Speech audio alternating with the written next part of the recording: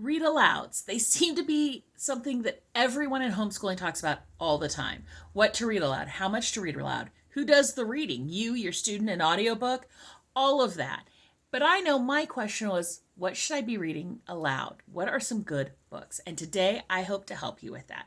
My name's Jacqueline. This is Homeschool Hangout, where we talk about homeschooling, raising kids, educating our kids, even if they're in public school. Educating our kids in some of these ideas might be helpful to you. If you like these kinds of videos, thumbs up, like, subscribe, buy me a coffee, join my Facebook group, all the marketing stuff. Let's get into it. Before I get into my list of books that we have loved, starting from toddlerhood all the way through high school, I want to say this is part of a collab of some other great homeschooling YouTubers. It's being hosted by Devine at Calm in the Chaos Homeschool and Shauna at Homegrown Homeschool. And if you go down to the notes after we're done here, not now, you will find a playlist of other great ideas and books people love. Let's get into it. Okay, so my list kind of progresses in age. And most of these are actually appropriate for anyone to hear, but some things speak more to some ages than others, and you'll get what I mean. So the first set of books I want to talk about is not actual book titles, but authors series kind of thing. And when I say that, the first ones are the Sandra Boynton books. We actually received our first Sandra Boynton book. I'm trying to remember which one it was. Oh my goodness, I cannot remember which one it was.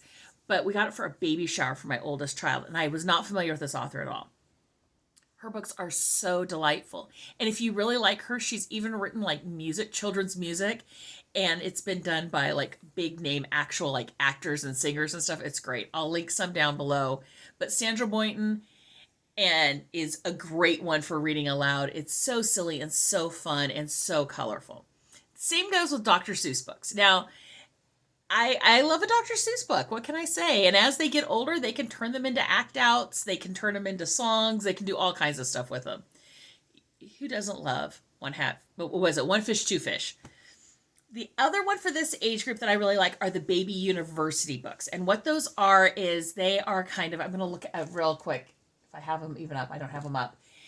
It's like baby's first physics book, the ABCs of mathematics, and these like super nerdy books. If you've had a baby around me and I was invited to your baby shower in the last few years, these are the books that I give everyone at least one of, usually with a baby shower gift.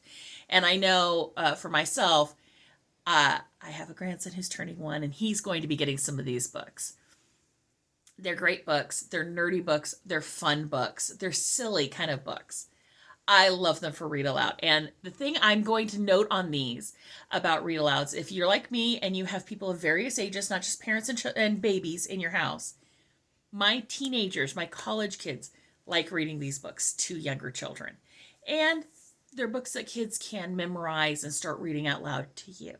So I really love all those for your younger set.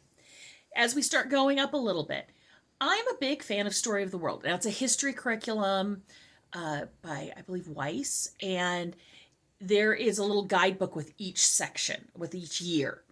And it's just little snippets. It's not a textbook, but I really found it to be a great read aloud for all ages of my kids. It's a little bit of history. It's relatively short. You can do it in sections. It's just a few pages for each one.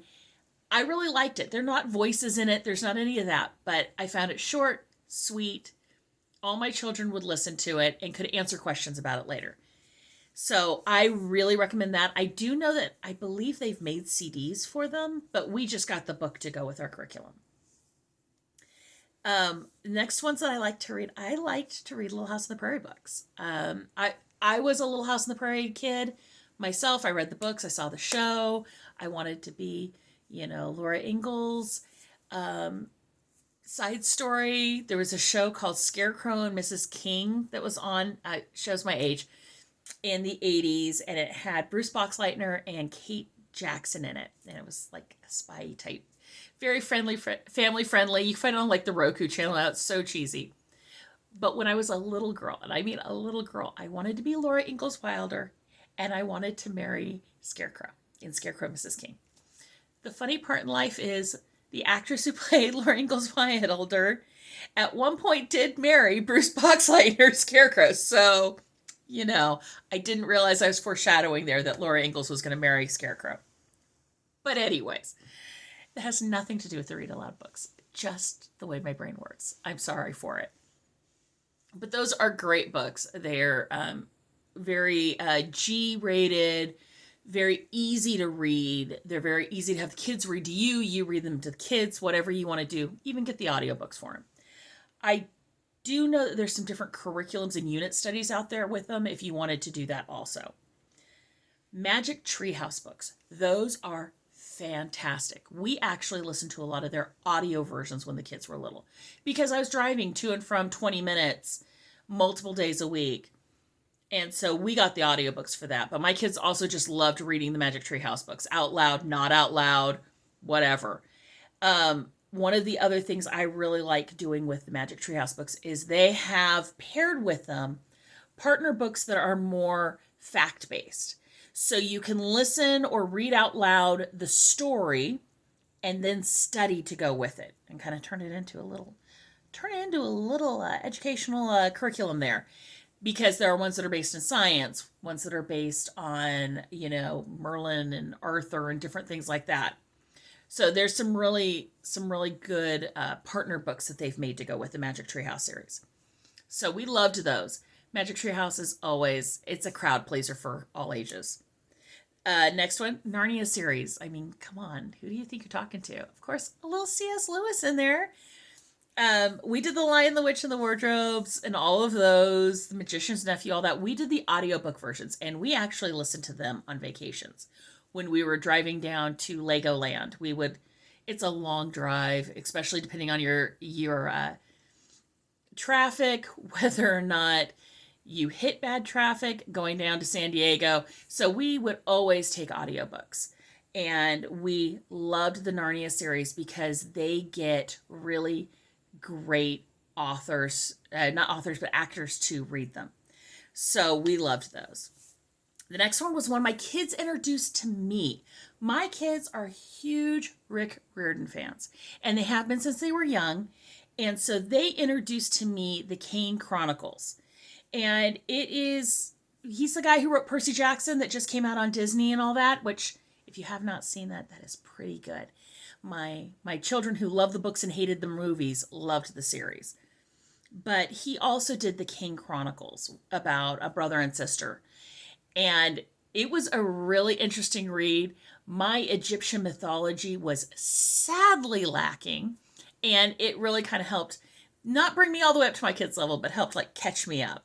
And it was really interesting. And they're fun books. We listened to the audiobooks on them. I admit it. I was not a big one for just sitting and reading when my kids were younger, but Kane Chronicles all the way. Loved them. Now, definitely more of a read aloud situation for me is I love Shel Silverstein poetry. And I think that it is great for read alouds. I also think it's great if you're trying to teach them any kind of recitation or memorization, using it for that too. But let's be honest, he's written so many books that it's great to just go through them and read them. And I admit, I'm a little biased. In first grade, I was in public school. We had oral interpretation. And my first thing I ever did was Shel Silverstein's There's a Bear in the Frigidaire. Yes. So, Where the Sidewalk Ends is an often checked out read book in my home. For me, not just my children. So I love Shel Silverstein. It's short, it's sweet. You're not committing to too long. You can read a bunch. You can read one, whatever you want. And it's poetry. It makes it so that when they do actually study poetry later, poetry is not as intimidating. And then the last one, this is definitely for older children, not necessarily high schoolers, but maybe junior high. I'm trying to remember. No, we had a kid who was in elementary school listen to it with us. And we listened to the audiobook because the audiobook is done by the author, and it is Neil Gaiman's Norse mythology. Now, I'm going to warn you, when you do mythology isn't always the super cleanest of all the genre, but it wasn't explicit. It's just if you don't know about Loki, Loki gets out there and gets active. We'll just put it that way. And if you don't know who the other parent of Loki's children are, I'm just gonna say, just be prepared. But Neil Gaiman's Norse mythology was fantastic. I've heard from other experts, oh, I don't know if it's perfectly true. Well, it's mythology. If you've ever studied mythology, I loved Greek and Roman mythology when I was younger. Each author has their own slight take. Each source material is slightly different for the same story. So I'm just going to couch that. But we really liked it. And I believe a kid may have even reread it after we were done with the read aloud, the audiobook of it. But yeah, so here is a handful of books that we loved that got almost all of them, the older ones, got some sort of like researchy project going at different times. Little House on the Prairie, very much Western expansion Americana. I gotta be honest, I really learned a lesson about debt when I was a kid. When Almanzo and Pa would borrow against future harvests, it really taught me some financial lessons. Magic Tree House, so good for learning, for introducing science concepts, all of it. King Chronicles, Egyptian mythology. You can't go wrong. You can't go wrong. So here's what I want to know. What are your must-have read alouds? Let me know. I am super interested, and I will talk to you all later. Make sure you check out the playlist. Bye.